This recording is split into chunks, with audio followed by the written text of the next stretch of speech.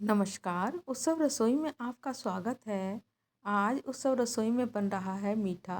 तो चलिए मीठा हो जाए। तो इसके लिए मैंने एक गैस पे पैन रखा और उसमें 1 स्पून छोटी देसी घी का डाल दिया। और जो ये कटोरी है ना मेरी, उसी का मेजरमेंट करते हुए मिठाई बनाएंगे हम।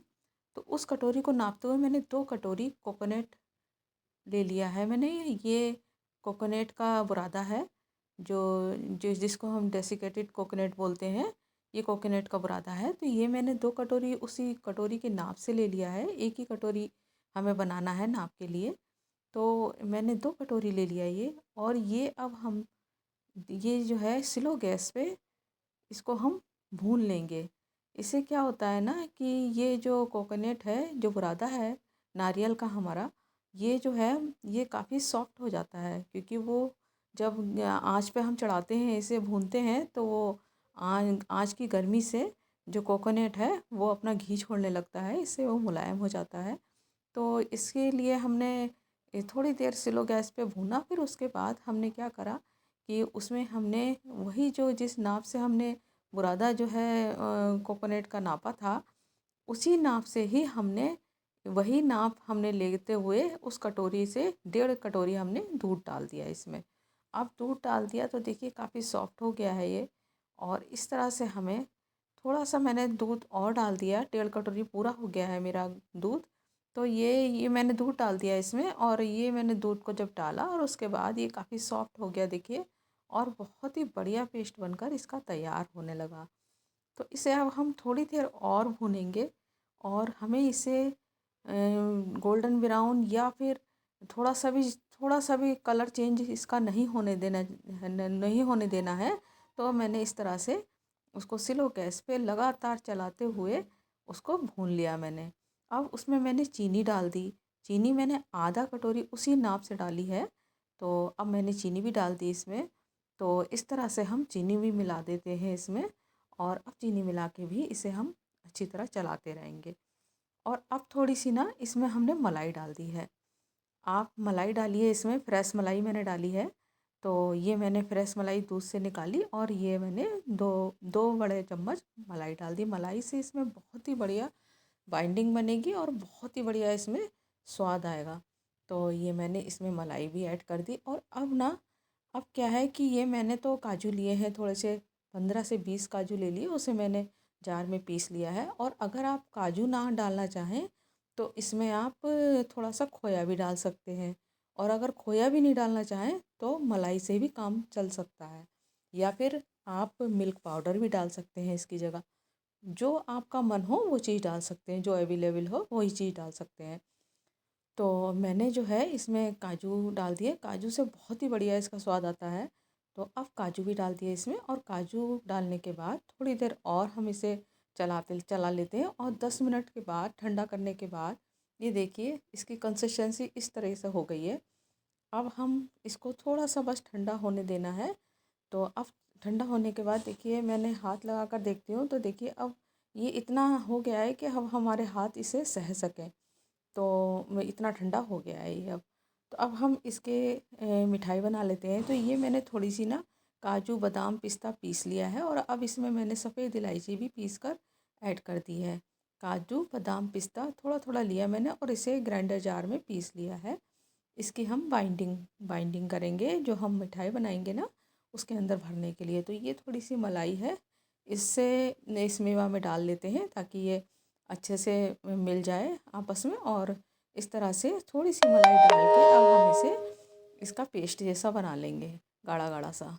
तो ये देखिए मैंने इस तरह से सारी मेवाओं को पीस लिया था। और बहुत ही इससे अच्छा स्वाद आएगा जब हम इसको अपनी मिठाई के अंदर भरेंगे। तो इसको हमने भरने के लिए ही तैयार किया है। तो ये मैंने मिठाई के में भरूँगी ये। तो अब ना ये देखिए बहुत ही बढ़िया तरीके से भरने के लिए तैयार हो गया है ये। तो इसमें मैंने काजू बादाम और पिस्ता लिया है। तो देखिए इस तरह से इसकी गोली जैसी बनने लगी।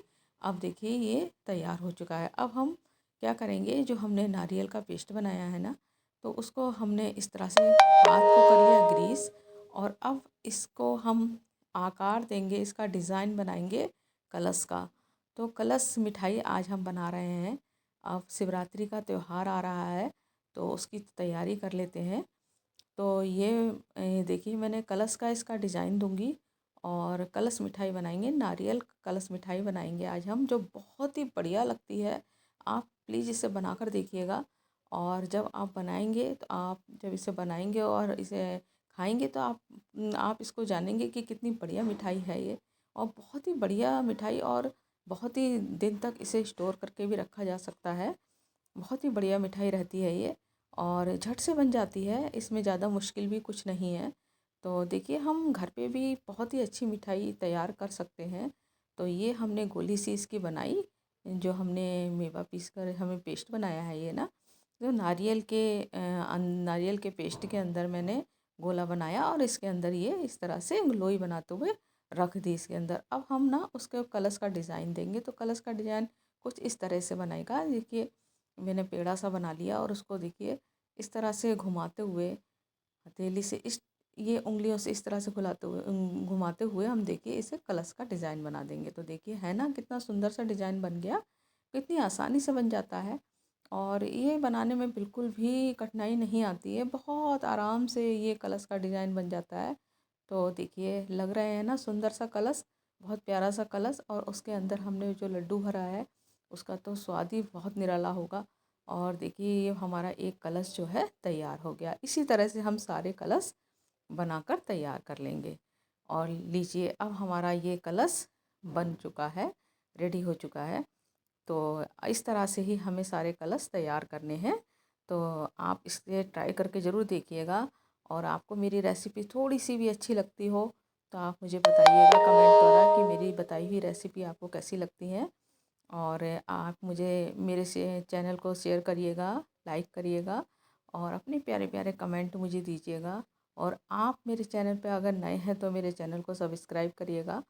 तो लीजिए अब हम ना इसे चांदी के वर्क से सजा लेते हैं, इसकी डेकोरेशन कर लेते हैं, तो बहुत ही सुंदर लगेंगे और कलश देखिए और भी सुंदर हो जाएंगे। तो इस तरह से हथेली में लेकर, ये बड़ा मुश्किल होता है लेकिन थोड़ा सा हाथ में चिपक जाए तो फिर छुटाना मुश्किल हो जाता है। तो ये एक कॉटन ले ली मैंने, कॉटन से इसे ना चिपकाया जाए तो बहुत ही आसानी से चिपक जाता है। तो देखिए इस तरह से कलश तैयार हो गया। तो देखिए कितना सुंदर कलश तैयार हुआ है ना।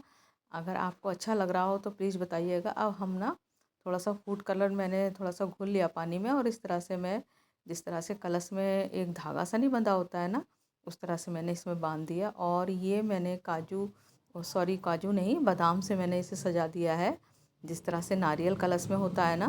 तो ये मैंने बादाम रख दिया और थोड़े थोड़े पिस्ता लगा दिए सब में। तो हमारी कलश मिठाई तैयार हो चुकी है। और इसे आप बनाकर देखिएगा शिवरात्रि पर, और इसे एंजॉय करिएगा, भगवान जी को चढ़ाइएगा प्रसाद में इसे, और मुझे बताइए कि मेरी बताई हुई रेसिपी आपको कैसी लगी। और अपने प्यारे प्यारे कमेंट मुझे दीजिए। और मेरे चैनल पर नए हैं तो मेरे चैनल को सब्सक्राइब करिएगा। और बताइए, अपने कमेंट द्वारा बताइए कि मेरी बताई हुई रेसिपी आपको कैसी लगती हैं। तो चलिए आगे मिलते हैं अगली वीडियो में, तब तक के लिए नमस्कार।